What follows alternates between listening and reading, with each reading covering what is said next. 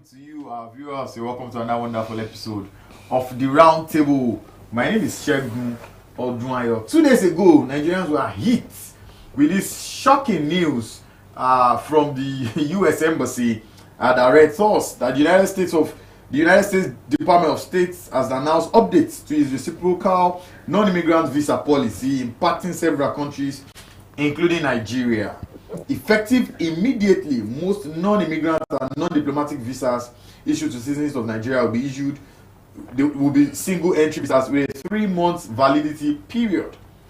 Those U.S. non-immigrant visas issued prior to July 2025 will retain their status and validity. I wish to underscore that as it is global standards, visa reciprocity is a continuous process and is subject to review and change at any time, such as increasing or decreasing permitted entries and duration of validity.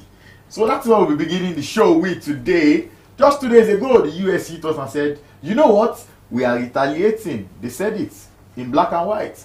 Reciprocity. We are simply doing to you what you have done to us. With this, I welcome you guys to the show today. I have my guests in-house, the usuals. They are here to feed us and give us various analysis from different lenses like we always do on this show. I'll start with Mr. Dekunle Aliu. A very good afternoon to you, sir. Thank you very much for being a part of this package. And to you, sir, Mr. Chupida Kasike. Now let me start with you. Okay. Of course, Nigeria has responded. I'll be reading out what we responded with, but majorly what they were trying to say, talking about the federal government is we'll be dialoguing with them, talking about the US now, going forward. But, they didn't expect it to happen. They didn't see it coming. Who makes a policy that will come back to bounce back and not expect it to happen? The government makes policies, and if the policies are not good enough for the other side, they can have a rethink. They can, maintain their stance depending on what they want from the other country. As it is now, I believe that what Nigeria should be doing is to look at the books, look at what the American government is saying, and see how they can dialogue and get things right. Okay, now very quickly, this caused a lot of uproar online. Many persons were saying, what's going on? Why is this happening? Many persons who probably did not even know when Nigeria did what Nigeria did were getting to know because of the social media post from the U.S. Embassy. Now the question is, when the Nigerian government was making this policy happen, why weren't certain countries, especially countries where Nigerians benefit the most from, why weren't they exempted? Well, we have to make our own policy to suit our own situation. We don't have to make policy for them. But having said that, there's always an agreement on the table that about this immigration and traveling agreement between two countries that you look at what I'm going to give you, what they're going to give me. So we'll look at what benefits us, what works for us, what is good for us. So we'll shoot that in. So while we did that, I guess that's the repercussion. When we go back into the table and discuss, but like you said, we ought to have seen what we have done to arrange the situation better. But again, it tells that we have power. We too can do something. So we've done our own. Let them do their own, let's see. Okay, some persons are saying, well, that is the problem of the elites. How does that increase the price of rice and beans in the market and the usual Nigerian things? But while all that was happening, we were also hit by the UAE, saying that for you to come around for just a very short while, you must at least have several millions, about 16 million. 10,000 US dollars in your account for you to come and chill. And then people are saying that this was a country that a couple of years ago, with 500k, I think at some point one of these online guys that do ticketing and all that even said I should come and pay 350 or so about 5 years, 2020, just before COVID. And then now we are needing 6 million. Heavy millions to go to these places. What does this spell for the Nigerian people? It's an indication of how low some countries see us. It's an indication that we are not rising. It's either we are stagnant or we are falling deep into the nade. So what the Foreign Affairs Ministry need to do a lot, the government needs to do a lot to make Nigeria, really independent of any country that will come and tell us, give us conditions that are not salutary, conditions that are not that you cannot really achieve. So we must, within our country, start developing, start making people see Nigeria as a destination. People should, Dubai people, if we make Nigeria a destination, people from Dubai, people that UAE, I mean to say, will come to Nigeria. Even Americans will come. And when they come like that, they will move, they will increase our economy, they will improve our economy. But as it is now, Nigeria is not a destination. I disagree with you. How can you say that? Hold on, looking at, you can see. That's why we just changed our policy. Why is American? You think those people are blind? American and UK are reacting to the policy we made, isn't it? So if they are reacting, tells you that look, this country, we need to hit them back too. So they are reacting. So okay. Nigeria is a destination for people to come to. But the problem we just thought, we always think our country is not a destination. It is a destination. And people are coming in daily and going back every day. Foreigners are coming in. If you quantify the way people go out and the way people so when we go out, it's when a we world go out, we go to improve travel. We go to improve their economy. See the same thing. And I was in Amsterdam. When they come here, they leave immediately. Sir, I was in do whatever they want to do. I was in Amsterdam. The same thing applies. All over the world, people travel a lot. Don't say your country is not a destination. Your country is a beautiful brand. It's a virgin place for people. People come every day. I'm speaking from a technical point of view, not sentimental. No, it's not about. I'm not even sentimental. Telling you the way it is. I'm not sentimental about it. The way it is. In the late 70s, we had people travel abroad. They come back immediately because naira and dollar were almost. Have you been to the airport to see the volume of Nigerians that are also coming back in? Come on, yes, home. To do what? If you are schooling there, you are coming back. A lot of them are coming back to the country. Have you been to the airport to see that? The ratio, don't let us see the imbalance. It is you that is now being sentimental about this. If you check the ratio, you see the imbalance there. We need to make every country. If you think Nigeria is a destination, then we should leave it every country wants its airways, its air transport system to improve and to grow. And how do you do that? You won't do that by strapping people not to come in. You make room for people to come because that is a sector of your economy that must grow. You have Dallas Airline flying all over. We are signing a tripartite agreement with many countries because we have our exports. No, what I'm saying is, hold on. Our country is a destination. That is why we are doing all this. Look, our country is beautiful. Come and see. But most of us inside the country think the country is dead.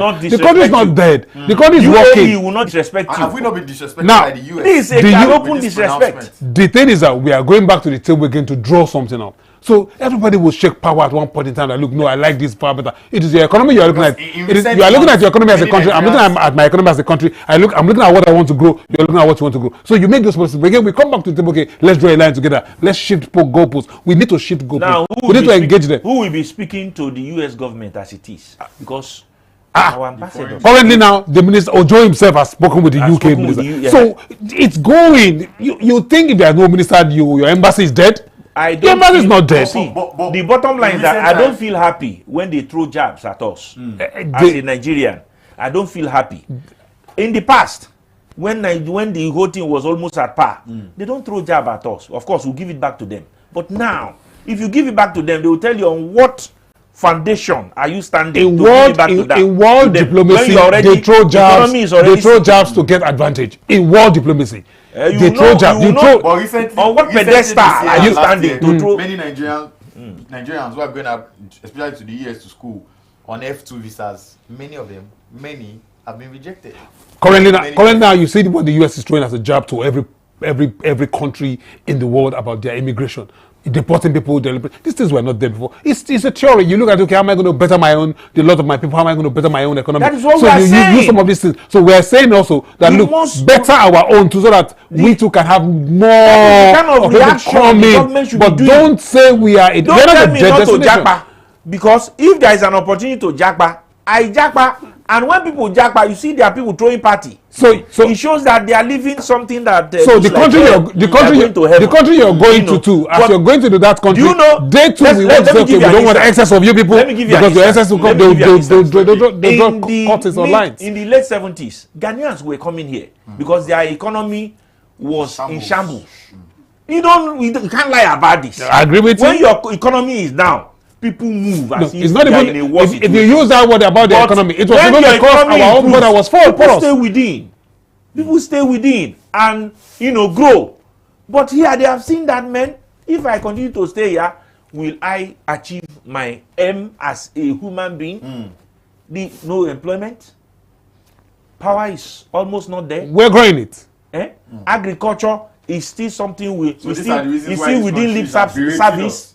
You know, I beg to disagree. Petroleum prices of petroleum has affected inflation everywhere. Can I say something? Can I say something? Within 1 week it disappears. 1 week. And you want to tell me that if somebody has way to jackpot, he will not jackpot. He will jackpot. Let me tell you, if there is one big ship now that say, okay, America say everybody should, there will be overload. That is why these countries too are using this peg to say, no, we don't want too much of people in our country. It is their country. They have to draw their tables and the number of people they want to see every day. As a government, how will you respond? No. How will you respond? As a government, to that kind of disrespect. The first thing will be, we come back home. What exactly is making our people moving in drove? Why are they going there? What are you going there to do? Sometimes you're going there to is detrimental to the economy of the country because you're spending money too much and you're causing problem for us. So sometimes some of these policies are good for us, but because we so much like to run in one shadow, we want to get away. Where are you going to? Stay in your country, build your country. So we need to stay home and build it. It's a natural. If they didn't build your own, would you be there? Scholarship.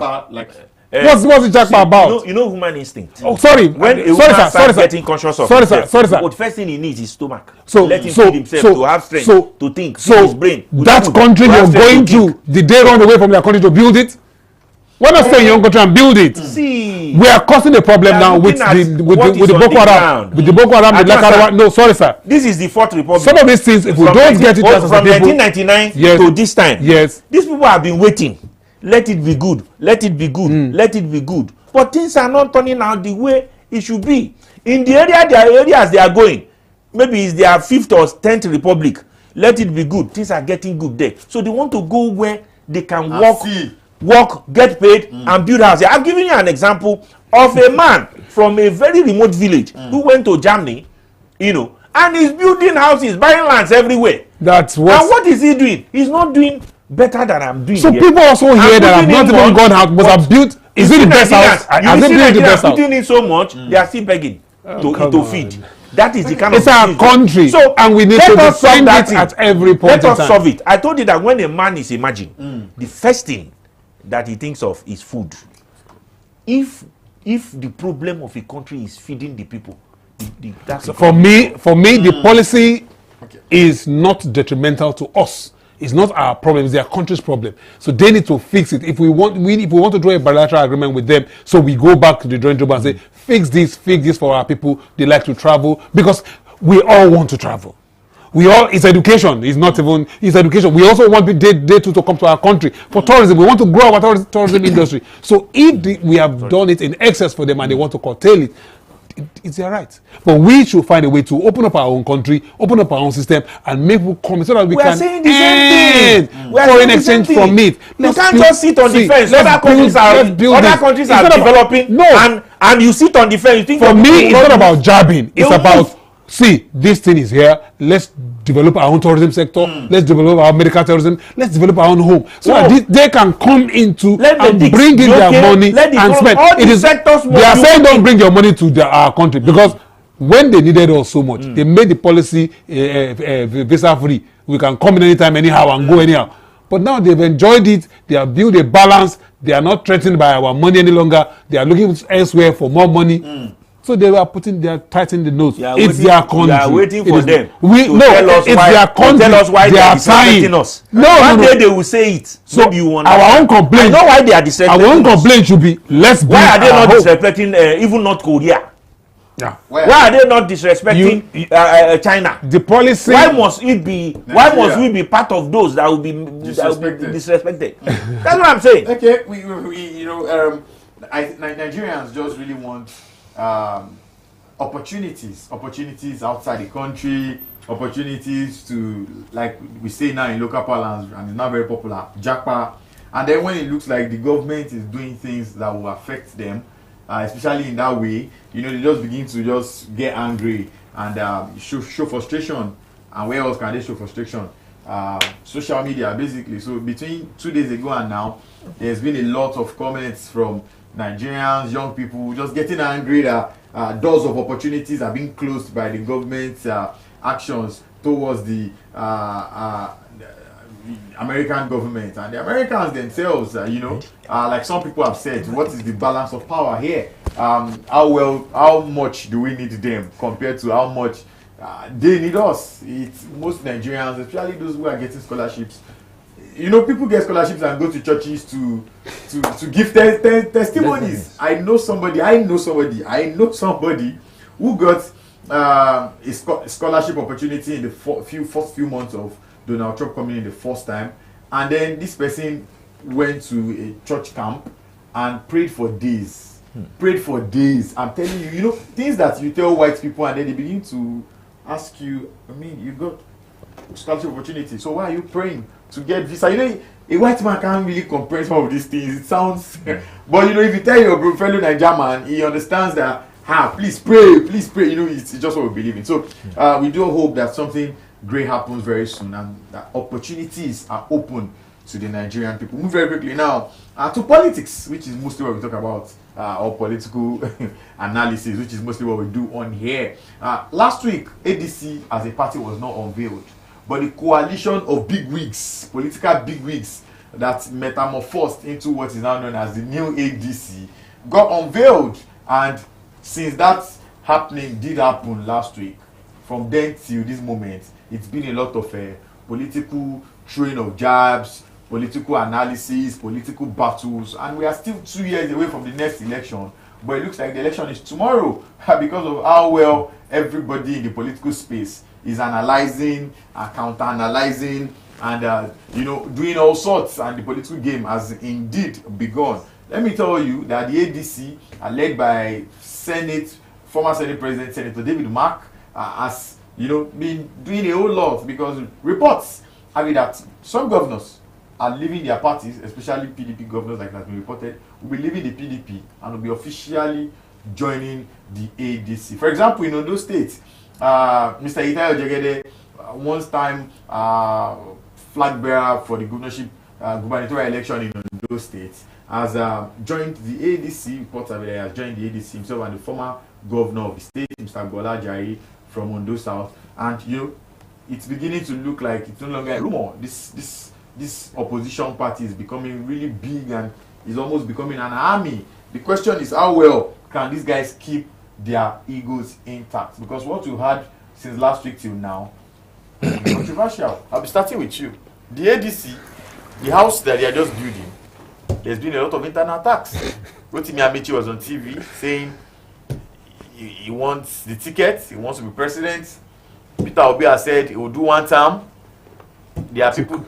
Atiku has not been speaking, but people have been speaking on his behalf. He said he will fight corruption. Well, he has not said give me the ticket. Like the other guys who have said give me the ticket. He wants the ticket. Everybody has not said anything about the ticket. So this ticket is just one that can happen, but many people are trying to get the ticket. Can ADC keep their house intact? Let's keep our fingers crossed. But again, this is it. I think you are building on the faulty foundation. The party you are building on, you already has faction. Why? Does it?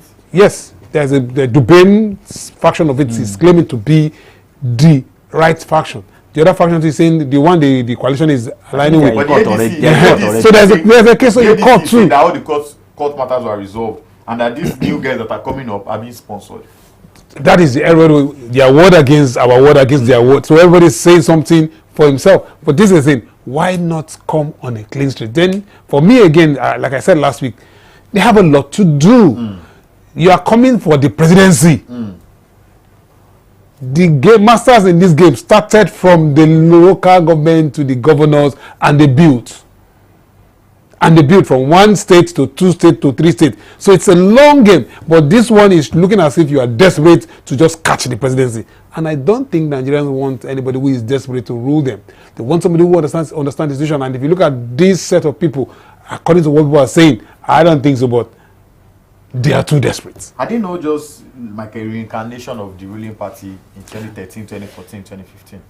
You can say that again. So everybody, if you say reincarnation, the current ruling party, those guys came the current ruling party, strange fellows, strange bedfellows. So they call them the same names that they are calling these guys. So you see that they have an antecedent. They started from a local to state level like that. They were building one. And it got to a place, okay, now at this level, we have like 4 states, we can consolidate and win the presidency. Now, you don't have any state. You've not. Which state has ADC won? They don't have a government. Which local government have they won? They don't have a government. So how do we know their spread is that strong as they are strong at the top? This looks like somebody who is strong at the top and very weak at the bottom. So how do you want to win it? Let's wait and see, Shah. Okay. My position in that is that in all we are looking at, the people must come first because they are the people that will vote. Except we have any other place the result will come from. If the result will come based on the people's vote, I think the ADC itself should be more serious than what we are seeing, because I see all this in as showboating, and they like showboating, giving to showmanship. You don't know that what you are going into is a very serious matter. And you don't leave that serious matter and be chasing flies. What I believe is that yes, if they don't get it right, the APC will win. The APC's house is one as it is, and the ADC is trying to form a foundation from which they will build a strong force that will, displace the APC. But from what I am seeing, within the next 6 months, if they cannot put their house in order, it will what they have done in the past will be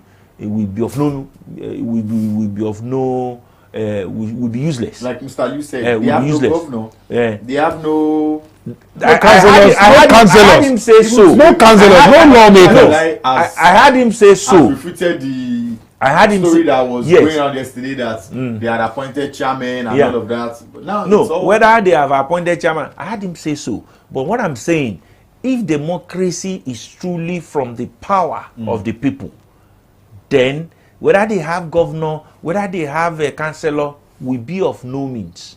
But as they are doing, if they want to, they must have a way of encouraging the people to vote for them and ensuring that they will guard their vote and have the result, the real result. Because somebody I spoke with, said that from 1999 to the current stage, you cannot say you've had an election that is spotless. No.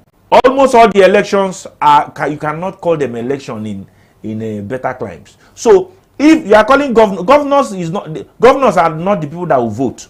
But the ADC should know this and know that they have a lot to do in ensuring that Nigerians vote for that party and the votes must count. That's all. If they don't have anything to ensure that the vote must count, all they are doing is just moving around like headless chicken. To ensure that their votes, the votes of the people count.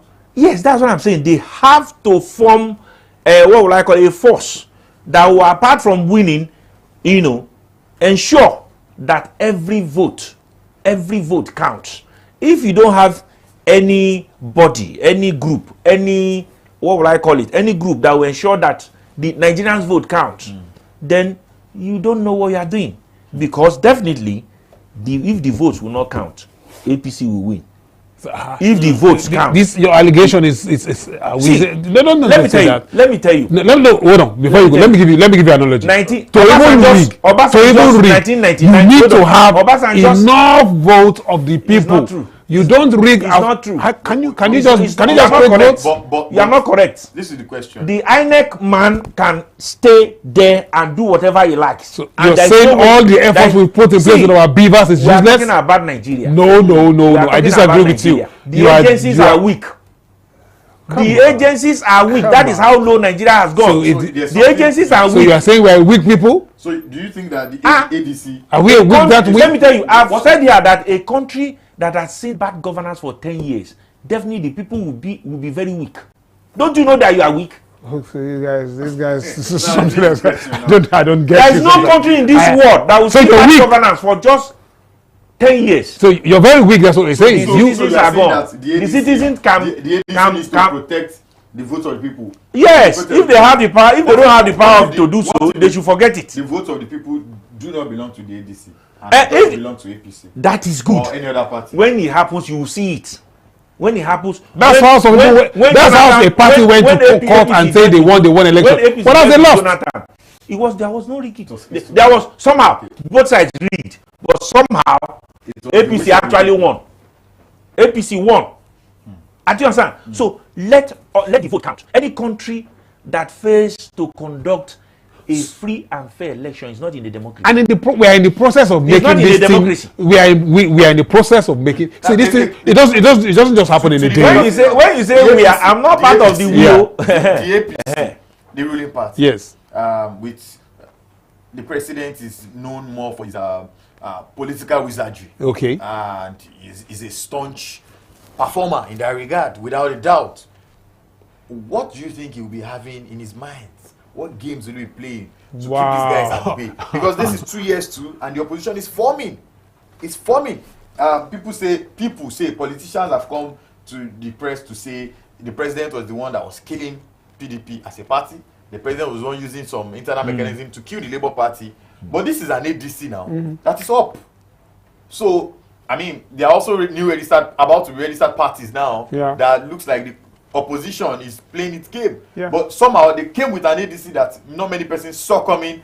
That massive coalition last week, that birthday party that they did, you know, that naming ceremony was really bogus. I mean, sorry, it was really big. It was so big. Big at the top, but maybe very big at the bottom. I mean, very big, of course. So it's going to crash if you're not careful. So, no, my point is, now, even the president who is known to be a political chess master has seen another game coming. Of course. What do you think he will have to thwart all of this? So there is enough time to play and to listen and to look and to study. So I guess we will be looking at the book. Okay, what exactly are they playing out? How strong are they? How weak are they? How strong are we? How weak are we? So they have just asked their own chairman to resign.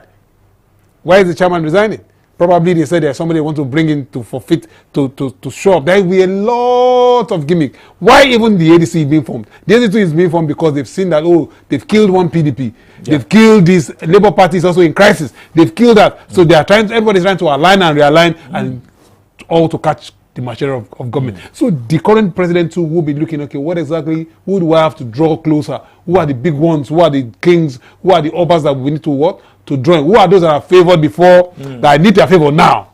Who are those that are giving contract that I need their favor now? So all these things too will be in the mind of the APC and how to change, how to organize their houses, how to organize their department, how to organize their people, so that, see, the Lagos election is a test. So you can see how the governors and the APC kingmakers in Lagos are all going all out to see that, look, they arrange their house the way they think is fit for them to win. So it's a test ground. So if they can win in the landslide, it tells you they could take their states too in a landslide. But if they can't win in a landslide, it tells you that it's going to be a problem. In all you are saying, he asks you, how can the APC, the president, keep the opposition at bay? My answer will always be from the perspective of the people. If there is anything that is making the people feel pain, the president should reduce the pain. If there is anything that is making the masses to cry, the president should see how he can reduce it so that the people can breathe and smile. That is what I feel as far as democracy is concerned. Except there is any magic they want to play. If the people are not happy and they trace their unhappiness to a particular party, they won't vote for the party. So as much as we'd like to take some comments off social media and see what. Well, I mean, we are getting comments. Please keep them coming. We love them. It's feedback, and I mean, there's no show without the feedback. You know, the feedback makes it coming. Oh my goodness! All right, we're going to be going back to this now. You were saying something very quickly. You were saying talking about the president. Yeah, the president must consider the disposition of the people, of the masses. What he has done 2 years. What do the people feel about him? Somehow he must be getting feedback. It may be positive, it may be negative, it may be a mixture of both. So that feedback, he must work on it in the next 2 years. If he thinks the people are happy, he should make them to be more happy. If he thinks Nigerians are happy, so as much as I agree with you, he should not relent. I will let you understand that if the president is loyal to the country, I mean loyal as in this footing we are taking, is this footing right for the progress of the country now and in the future? You are still talking about future. No, I'm talking about what they will judge you with. So are we going to do? Are we going to do what will benefit you now and kill the future tomorrow? No, a president. I'm not saying the president has done bad. You are the person that is putting my words in my mouth. I'm saying because if you look at the pay, also in doing his wizardry, political wizardry, it should include. You should know that the whole thing will end with the masses. Of course, the masses are the people that will vote. The people are will vote. So if the people are crying to filling station, do you think they will vote for the president? If the people are smiling, definitely they will vote for the president. So the president should look at it and see what is the feedback I'm getting. If the feedback is that the people are happy, let him sustain it. Let the people be happy. I know that means he will win the second term. If the people are angry, he should make them happy. So and I'll ask you the question. Okay. Now, let me do you agree with this angle? As much as I agree, I'm saying so because he never mentioned the people. As much as I agree with him about that will determine. Is it not the people that is in the party? Is it not the people? No, party officials. Party officials are different from am I a party man? You are not. So you don't vote? Do you vote? That's I'm come to the masses. So if I'm happy, I will vote for the people that are happy. The vote of everyone in the country will count. Is that about keeping the real people? I mean, the people of the country happy or the people of the party happy? Because democracy. See, the people belong to the party, so the party makes the people. But the people belong. It's the people that are in the party. The party is not on its own. So the country people. So which party do you belong to? So he's going to work for his own party. Work for his own people, because when your party members benefit well, your party member, your citizen member, your country member, and they see, they will be the one to take the gospel to the next person. Don't confuse me. He's already doing it. He has won the whole state. He has won Delta State. He has won Akwa Ibom State. So is he not doing it? We are defection. You think it's gospel? So the people, somebody's preaching, somebody's doing that preaching. Somebody's doing that story. Somebody's saying that story. So I'm not saying as much as I agree with him, I don't disagree with him. You need to work policies that will assuage the people's problem. That their governor is in APC does not mean that I will vote for APC. That my governor is in PDP does not mean that I will vote for PDP. That my governor is in LP does not mean that I will vote for LP. It depends on my disposition, what I feel. So the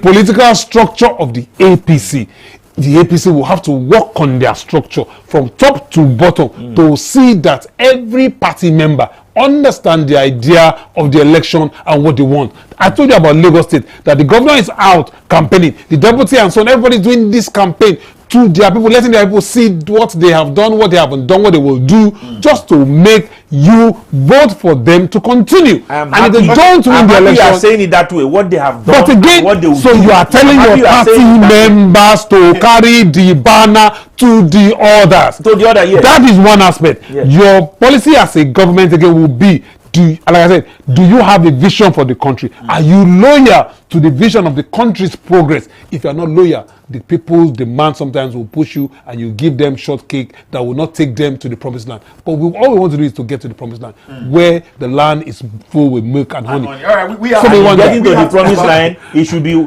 one step forward, not one step forward, 2 steps backward. All right, we have to go to the people now, like you have advocated, and we are glad with the responses we are getting on social media. Please keep them coming. But we have to, represent your voice here by reading out some of the comments you've dropped for us on our platforms. But I'll be reading off the Facebook platform at the moment. Thank you very much, Yonayon, Simeon, Dena, Shohi. I do hope I pronounced your name correctly. He said very interesting discussion. Thank you very much. From Mr. Charles Osadolo, he said nobody wants to travel to another country if our country is good enough to survive. I like home, but nothing is working in Nigeria.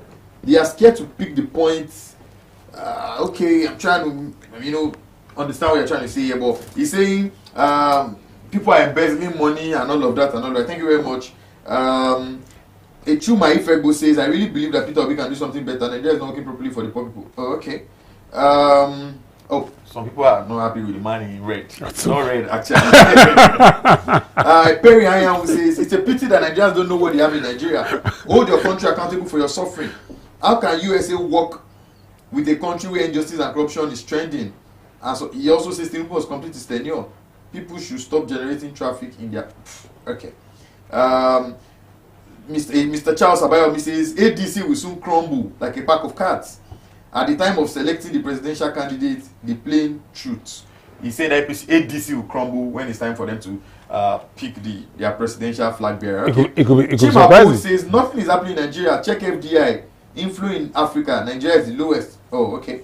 Victor Chivik Okonkwo says, oh my goodness, what is the work of the police? To secure the people. Yeah, I guess. Secure the people. Secure our lives and properties. INEC Ogaka Sogo says INEC chairman is the main issue. I think he is supporting what you said, that the INEC man. Oba Imole says, to say the election, to say the facts, election is fake. Vote is not worth putting those people in power. I guess I want to say voting is not worth putting people in power anymore. He says INEC is fake. Oh my goodness, I don't even think INEC is fake, but he says INEC is fake. So please keep the comments coming in. We'll be reading them out here. I mean, you can hear your names, you can see your messages passed online. That definitely is, our own means of giving feedback.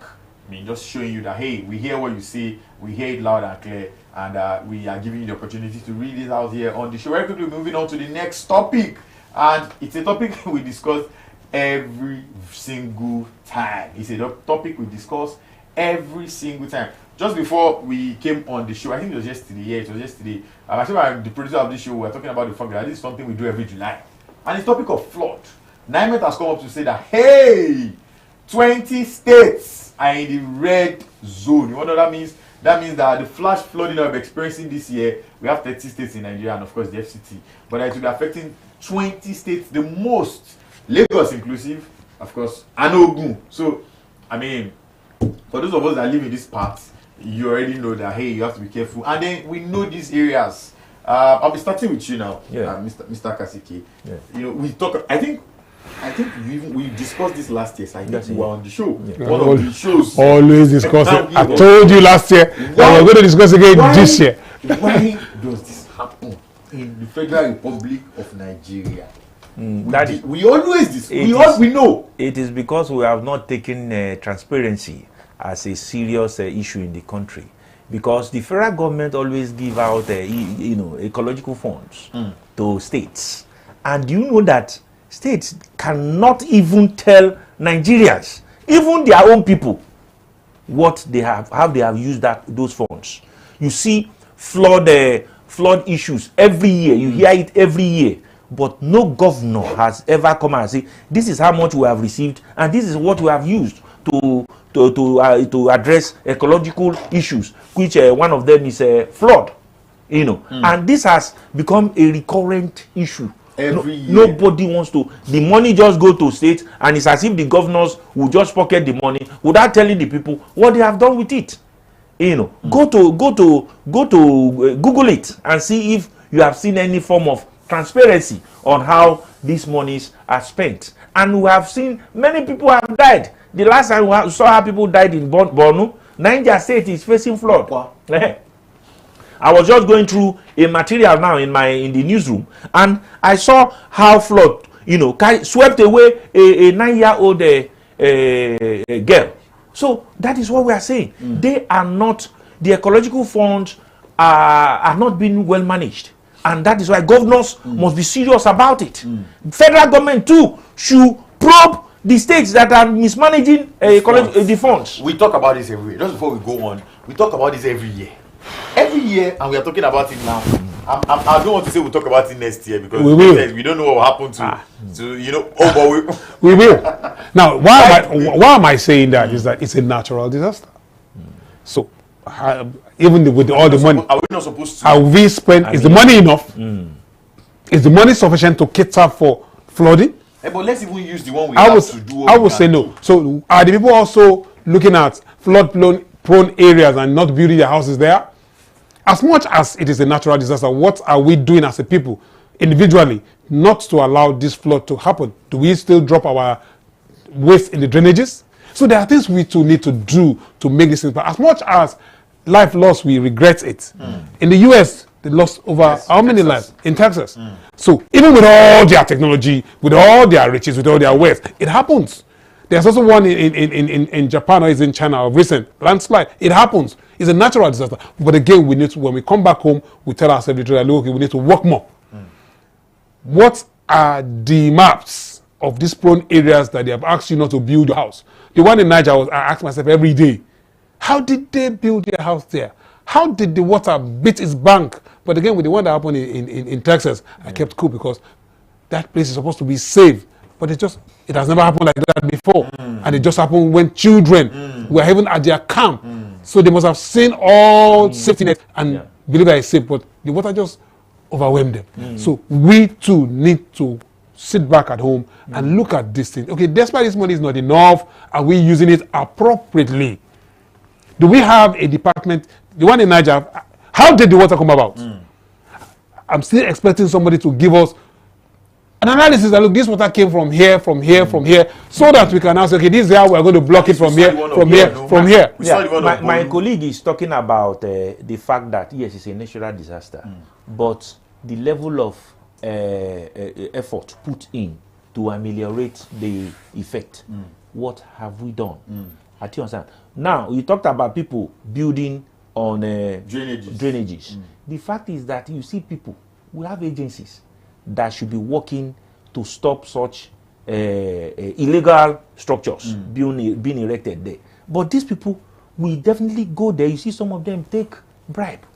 You see people is constructing it. You won't stop them at that time. So if somebody is taking bribe from you to build a house on the drainage, don't you also go and find out the builder that is building that house on the drainage? Has he not even studied the topography of that area? What I'm trying to say is that why will you come demolition after this thing has been erected? But you see them when they are erecting it. So you that you are erecting, don't you also know that you are not supposed to erect it there? That is why the agency is there to stop them. It's a broad game.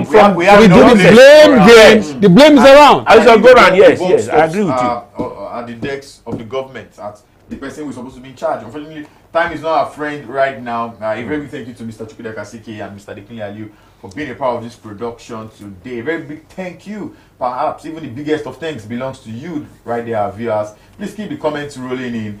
Please keep watching. Same time next week, God willing, we'll be here next week, Thursday again. And we hope to have an amazing time. The weekend begins tomorrow. Don't be weekend by the weekend. Stay out of trouble. God bless you.